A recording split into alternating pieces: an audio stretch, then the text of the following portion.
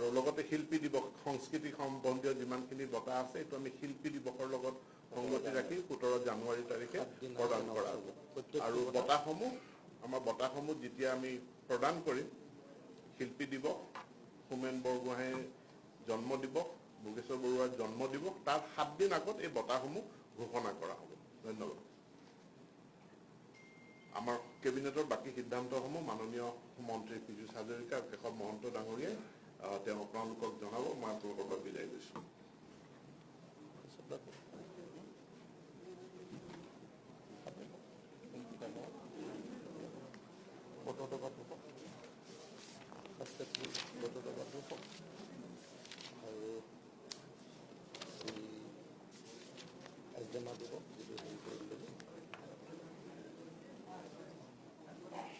সাংবাদিক বন্ধুসকল আজি কেবিনেটে কেইবাটাও গুৰুত্বপূৰ্ণ সিদ্ধান্ত গ্ৰহণ কৰিছে তাৰ ভিতৰত মই কেইটামান আপোনালোকক দাঙি ধৰিছোঁ বাকীখিনি পীযুষ হাজৰিকাই ক'ব আমি কেইদিনমান আগতে মাননীয় মুখ্যমন্ত্ৰীৰ লগত ময়ো আছিলোঁ উপস্থিত বৰ্তদবা থানত আমি উপস্থিত হৈছিলোঁ আৰু বৰ্তদবা থানৰ যিটো প্ৰজেক্ট এই গোটেই প্ৰজেক্টটো মাননীয় মুখ্যমন্ত্ৰী ডাঙৰীয়াই পৰিদৰ্শন কৰিছিল আৰু ৰিভিউ লৈছিল পৰ্যালোচনা কৰিছিল আৰু এই পৰ্যালোচনাৰ ক্ষেত্ৰত কিছু অসুবিধা তাত দেখিছিল আৰু তাৰ ভিতৰতে আছিল 35 বিঘা দুকঠা দলুচা মাটি তেখেতসকলক আৰু অতিৰিক্তভাৱে প্ৰয়োজন যিটো প্ৰজেক্টৰ লগতে আছে গতিকে আজি কেবিনেটে এই 35 বিঘা দুকঠা দলুচা মাটি বৰ্তদবা থানৰ প্ৰস্তাৱিত প্ৰকল্প পুনৰ সংযোজন কৰিলে আৰু তাৰ লগতেই সিদ্ধান্ত লোৱা হৈছে যে সাংস্কৃতিক মন্ত্ৰী বিমল বৰা ডাঙৰীয়াই প্ৰতি মাহে এই প্ৰজেক্টটো ৰিভিউ কৰিব আৰু নিৰ্দিষ্ট সময়ৰ ভিতৰত এই বৰ্তদবা থানৰ লগত জড়িত এই গোটেই উন্নয়নমূলক প্ৰকল্পটো নিৰ্মাণ কৰি উলিয়াব ইয়াৰ পিছতে বানপানী আহি আছে এই সময়ছোৱাত আমি কিছুমান কথা যথেষ্ট অসুবিধা আগতে পাই আহিছোঁ তাৰ ভিতৰত হৈছে কি বানপানীৰ সময়ত আমাৰ যিটো ৰিলিফ আমি দিওঁ কোনো অসুবিধা নাই কিন্তু তাৰ লগতে আনুষংগিক কৰবাত স্কুল ঘৰ এখন ভাঙি গ'ল কৰবাত গৰু উটি গ'ল মহ উটি গ'ল ছাগলী উটি গ'ল অন্যান্য কিবা কিবি হ'ল গতিকে এইবিলাকৰ মেৰামতি আৰু যিটো ব্যৱস্থা এই ব্যৱস্থাটো ইয়াৰ আগতে যথেষ্ট এটা দীঘলীয়া প্ৰক্ৰিয়াৰে হৈছিল সেই দীঘলীয়া প্ৰক্ৰিয়াটো হ'ল কি তাত সকলো কথা সাৰ্কুল অফিচাৰে কালেক্ট কৰিব লাগে মণ্ডলে কালেক্ট কৰিব লাগে তাৰপিছত ডিসি তাত আহিব লাগে তাৰপিছত ৰেভিনিউত আহিব লাগে আৰু ৰেভিনিউৰ পৰা ইয়াৰ চেংচন দিওঁতে গোটেই প্ৰক্ৰিয়াটো ইমান দীঘলীয়া হয় 1.5-2 বছৰেও কেতিয়াবা সেইখিনি নাপায় এতিয়া আমি ঠিক কৰিছোঁ আজিৰ মানে কেবিনেটে জিলা উপায়ুক্ত সকলক ইয়াৰ কৰ্তৃত্ব দিবলৈ আমি ঠিক কৰিছোঁ কিন্তু কৰ্তৃত্বৰ সময়টো লিমিটেড 1 এপ্ৰিলৰ পৰা 31 অক্টোবৰ এইখিনি সময়ৰ ভিতৰত যিখিনি আমাৰ প্ৰাকৃতিক দুৰ্যোগত আমি ক্ষয়ক্ষতি হয় প্ৰাকৃতিক দুৰ্যোগ বিশেষকৈ আমি বানপানীটো লক্ষ্য কৰি লৈছোঁ যিখিনি ক্ষয়ক্ষতি হ'ব সেই ক্ষয়ক্ষতিখিনি তৎকালীনভাৱে তাতে মেৰামতি কৰিবৰ কাৰণে যদি স্কুল এখন ভাঙি গ'ল তাত 1.5 লাখ টকা দিব লাগে ডিচিয়ে তাতেই দিব পৰা কৰ্তৃত্ব থাকিব আৰু কিন্তু তেওঁ ইনচাৰ্জ মিনিষ্টাৰ যিজন থাকে তেওঁৰ লগত কনসাল্ট কৰিব লাগিব বা তেওঁ মনিটৰ কৰিব এই ব্যৱস্থাটো তাৰ লগত থাকিব আৰু এই দীঘলীয়া প্ৰক্ৰিয়াটো তাত বাদ দিয়া হৈছে কিন্তু অন্যান্য স্বাভাৱিক সময়টো যে ধুমুহা আহিল সেই সময়ত সেই ফাইলটো হয়তো আগৰ প্ৰক্ৰিয়াৰে ৰেভিনিউ বিভাগলৈ আহিব বা অন্যান্য হ'ব বছৰৰ এই বিশেষকৈ বানপানীৰ কথাটো চিন্তা কৰি সেই সময়ত যিখিনি দুৰ্যোগ ব্যৱস্থাপনাৰ ক্ষেত্ৰত আজি গৰু উটি গ'ল মহ উটি গ'ল অন্যান্য ক্ষতিপূৰণ ঘৰ ভাঙি গ'ল মেৰামতি কৰিব লাগে স্কুল ঘৰ ভাঙি গ'ল মেৰামতি কৰিব লাগে এই সকলো কাম 1 এপ্ৰিলৰ পৰা 31 অক্টোবৰৰ ভিতৰত এই সময়ছোৱাত উপায়ুক্তক কৰ্তৃত্ব দিয়া হৈছে তৎকালীনভাৱে লগে লগে ভঙাৰ লগে লগে বা সেই সময়তে তেখেতসকলে তাত সেইখিনি মেৰামতি কৰিব পাৰিব বা এইটো এটা মেজৰ এডমিনিষ্ট্ৰেটিভ দিব পাৰিব। এইটো এটা মেজৰ মানে আমাৰ এডমিনিষ্ট্ৰেটিভ ৰিফৰ্ম কৰা হৈছে 1 এপ্ৰিল to 31 অক্টোবৰ। তাৰ মানে আমি বানপানীক মূল মানে দুৰ্যোগ বুলি লৈ এই সময়ছোৱা কৰিছোঁ, নহ'লে এই সময়ছোৱাত বানপানীত ক্ষয়ক্ষতি হোৱা লোকসকলে বছৰ বছৰ ধৰি কোনো ধৰণৰ যিখিনি সুবিধা পাব লগা আছে চৰকাৰৰ পৰা সুবিধাখিনি বা বঞ্চিত হয়। গতিকে এইবাৰ একেবাৰে তৎকালীনভাৱে ঠিক সেই স্থানতে এইখিনি সা সুবিধা পাব।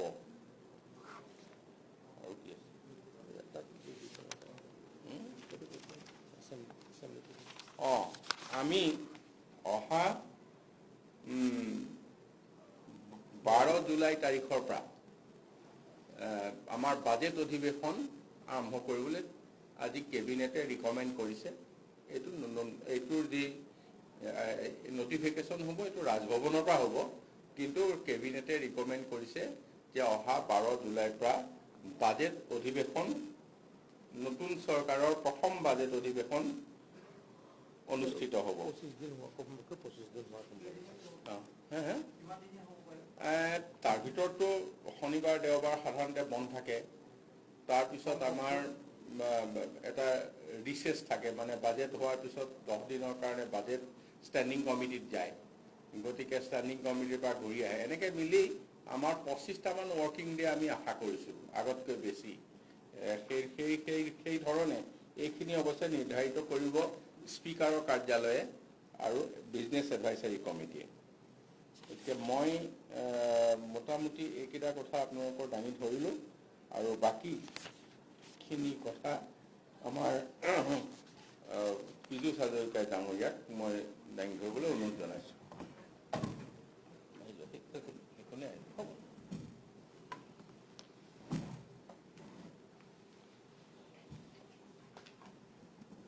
আজি কেবিনেটত সিদ্ধান্ত লোৱা হ'ল এতিয়াৰ পৰা অসমৰ প্ৰত্যেকটো চৰকাৰী অফিচত প্ৰধানমন্ত্ৰী, ৰাষ্ট্ৰপতি আৰু গোপীনাথ বৰদলৈ ডাঙৰীয়াৰ ফটো লগোৱা হ'ব।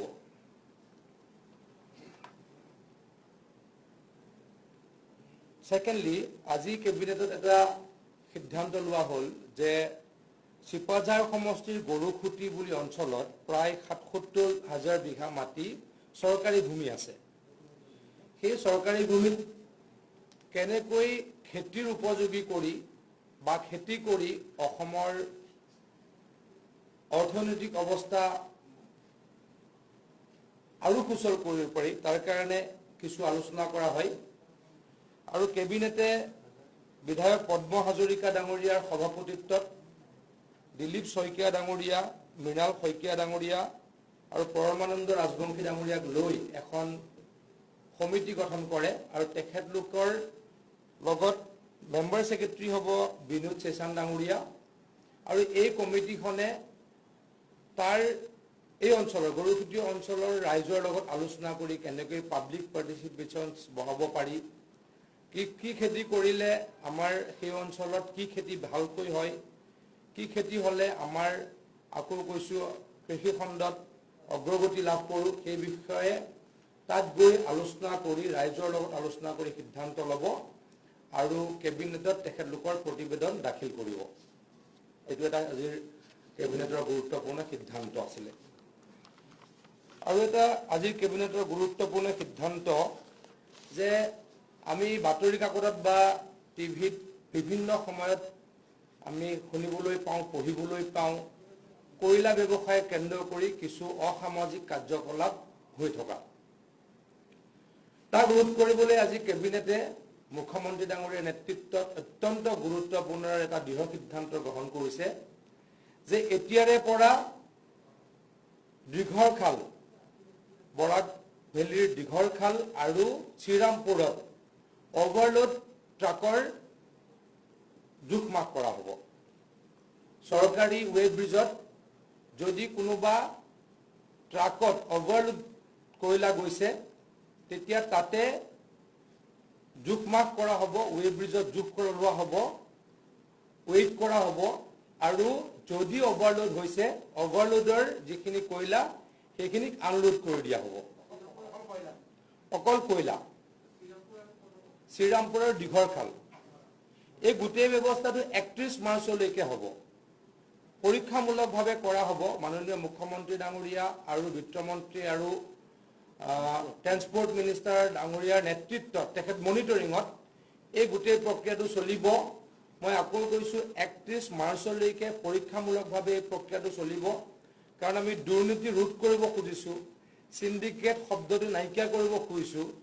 তাত যাতে ভালদৰে হয় ব্যৱস্থাটো তাৰ কাৰণে পৰীক্ষামূলকভাৱে 31 মাৰ্চলৈকে লোৱা হৈছে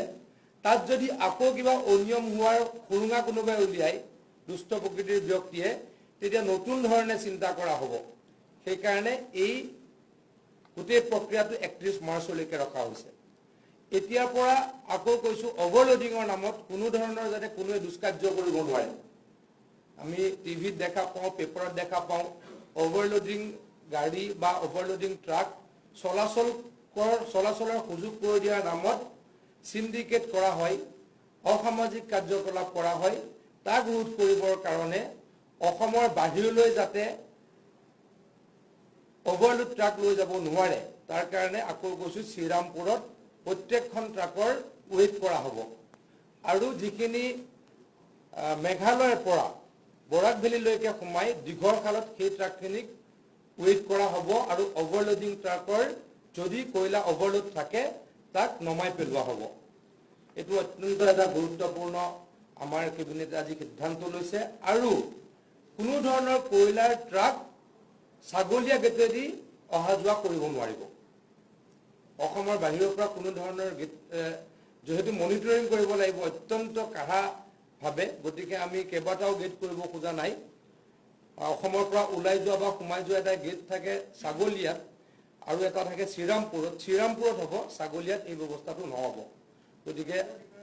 ছাগলীয়া গেটেৰে যাব নোৱাৰিব কয়লা ট্ৰাক অকল যাব শ্ৰীৰামপুৰ গেটেৰে আৰু যেহেতু মেঘালয়ৰ পৰা বৰাক ভেলীলৈকে সোমাই তাত দীঘৰখালত এই ওজন জোখা হ'ব আৰু অভাৰলোড ট্ৰাকক যাবলৈকে বাধা দিয়া হ'ব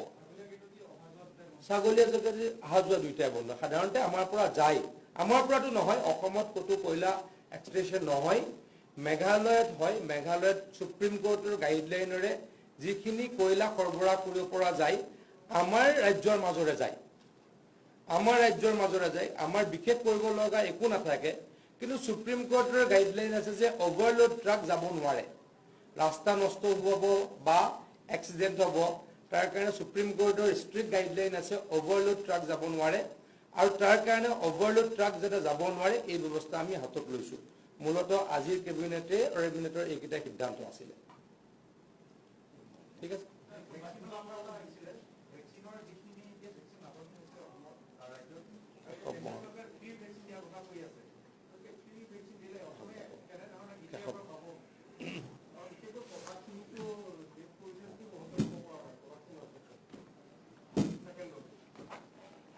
মাননীয় প্ৰধানমন্ত্ৰী ডাঙৰীয়াই কালি কিছু কথা ঘোষণা কৰিছে সেইখিনি কথা আপোনালোকে গম পাইছে এতিয়া কথা হ'ল কি আমি কোভাক্সিনৰ যেটো কথা কৈছে কোভাক্সিন কথাটো হৈছে কি আমি আমাৰ 1.5 লাখ কোভাক্সিন হলে সেকেন্ড ডোজ আমি জনে ফাৰ্স্ট ডোজ লৈছিল আমি দি দিব পৰা হৈছে আমি ডিস্ট্ৰিক্ট বিলাকক বিচাৰিছো যে কাৰ কিমান ৰিকোয়াৰমেন্ট আছে আৰু 1.5 লাখৰ প্ৰায় 1 লাখ আমি 3-4 দিনৰ ভিতৰত পাম তাৰমানে আজি 50,000 পাম আৰু বাকি অলপ মিলি পেলে আমি মুঠতে 10 আৰু 12 তাৰিখৰ ভিতৰত 1 লাখ আমাৰ হাতলৈ আহিব গতিকে আমি এই কোভাক্সিনৰ যেটো নাটনি এটো এসপ্তাহ 10 দিনৰ ভিতৰত পূৰ কৰিব পাৰিম আৰু সেকেন্ড ডোজ জনে ল'ব লগা আছিল তেওঁলোকক দি এটো আমি মানে সমাপ্ত কৰিব পাৰিম বাকি আমি কোভিশিল্ড আমাৰ হাতত আছে আৰু এতিয়া কেন্দ্ৰীয় চৰকাৰে যেটো সিদ্ধান্ত লৈছে আগত 18 to 44 এইটো এজৰ যেটো আছিল এটো ৰাজ্য চৰকাৰে আমি কিনি লৈছিল আৰু 45 প্লাছৰ যিখিনি কেন্দ্ৰীয় চৰকাৰে আমাক ফ্ৰী অফ কষ্ট দিছিল এতিয়া যোৱাকালি ঘোষণা কৰিলে যে এইখিনিও আমাক ফ্ৰী অফ কষ্ট দিব মানে 75% অফ দা প্ৰডাকশন সেন্ট্ৰাল গভৰ্নমেন্টে ক্ৰয় কৰিব আৰু 25% প্ৰডাকশন প্ৰাইভেট সেক্টৰৰ মানুহে লৈ পেলাই দিব পাৰিব। গতিকে এই গোটেইখিনি আমি এতিয়া কেন্দ্ৰীয় চৰকাৰৰ পৰা পাম আৰু এইটো ব্যাপক হাৰত দিব। প্ৰায় দিনে 1 কোটি মানুহক গোটেই ৰাষ্ট্ৰত দিবলৈ ঠিক কৰিছে। আমিও প্ৰায় 2.5 লাখৰ পৰা 3 লাখ প্ৰতিদিনে টাৰ্গেট ল'ম। সেইটো 21 জুনৰ পৰা আহিছে। এইকেইদিনত আমাৰ কিছু প্ৰিপেৰেশ্যন থাকিব, সেইমতে সেই প্ৰস্তুতিখিনি আমি কৰিম। আৰু আপোনালোকে ভাবিব যে যদি আমি 3 লাখকে দিব পাৰোঁ, অহা 2 মাহমানৰ ভিতৰত আমাৰ ভেকচিন দি সম্পূৰ্ণ হ'ব। হয় হয় হয় হয় হয় নহয়, এতিয়া গোটেই কথাটো এনেকুৱা হৈছে, আমি ভেকচিন সেইটো টকাৰে লৈ আছিলোঁ, যিটো মুখ্যমন্ত্ৰীৰ সাহায্য পুঁজি আৰু যিটো আৰোগ্য নিধি। গতিকে এই কথাখিনি এই টকাৰে আমি কোভিড সম্পৰ্কীয় আনুষংগিক আৰু কি কামত ল'ম ভেকচিনৰ উপৰিও, এই কথাখিনি আপোনালোকক আমি ইয়াৰ পিছতে মাননীয় মুখ্যমন্ত্ৰী পৰ্যায়ত আমি সপ্তাহত 2 দিন আমাৰ ৰিভিউ হয়, সেইখিনি সিদ্ধান্ত লোৱাৰ পিছত জনাম।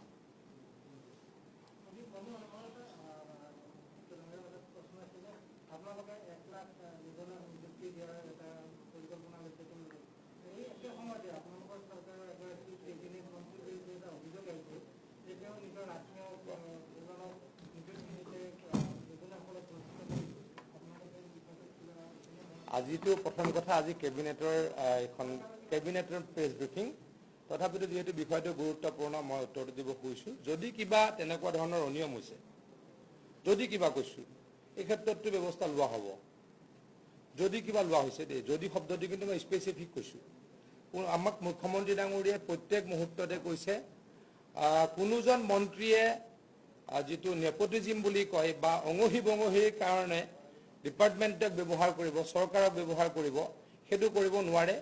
তাত কোনো ব্যতিক্ৰম নহ'ব, কোনো খাৰি যাব নোৱাৰে। আকৌ কৈছোঁ, যদি কোনোবাই কেনেকুৱা অনিয়ম কৰিছে, তাক নিশ্চয়কৈ আমি তাৰ কাৰণে নিশ্চয়কৈ তদন্ত কৰিম।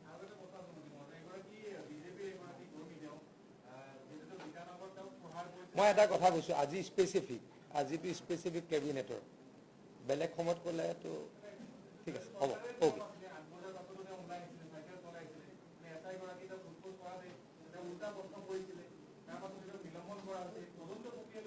মই সেই বিষয়ে তদন্তৰ প্ৰক্ৰিয়াটো কি হৈছে মই নাজানো, কিন্তু মই যিটো দেখিছোঁ, মই ক'ৰবাত টিভিত নে পেপাৰত দেখিছোঁ যে যিজন যুৱক, মই কোন দলৰ কি দলৰ সেইটো মই নকওঁ, কিন্তু মাকৰ ঔষধ আনিবলৈ যোৱা, মাকৰ বেমাৰৰ ঔষধ আনিবলৈ যোৱা বুলি কোৱা হৈছিলে। আৰু তেতিয়া যিটো মই আকৌ কৈছোঁ, মই টিভিত বা পেপাৰত দেখিছোঁ, মই কাৰো ছাপোৰ্টত পোৱা নাই, কিন্তু খুব বেয়া ধৰণে পিতাটো কিন্তু স্পষ্টভাৱে দেখা গৈছে। সেইটো কিন্তু হ'ব নালাগে। সেইটো কাৰণেহে হয়তো নিলম্বন কৰা হৈছে। কোনজন ব্যক্তি কোনোবা দলৰ তাৰ কাৰণে নিলম্বন হোৱা বুলি মই নাভাবোঁ। চব বাধ্যতামূলক। চৰকাৰৰ পিছত প্ৰধানমন্ত্ৰী, ৰাষ্ট্ৰপতি আৰু ভাৰতৰত্ন অসমৰ প্ৰথমজন মুখ্যমন্ত্ৰী বা প্ৰধানমন্ত্ৰী গোপীনাথ বৰদলৈ ডাঙৰীয়াৰ ফটো ফিক্স হৈ থাকিব। আজি পৰে, কেবিনেটৰ সিদ্ধান্ত আজি পৰে, কালিৰ পৰা হ'বই লাগিব। সকলোৱে পৰ্যায়ক্ৰমে আৰম্ভ কৰিব।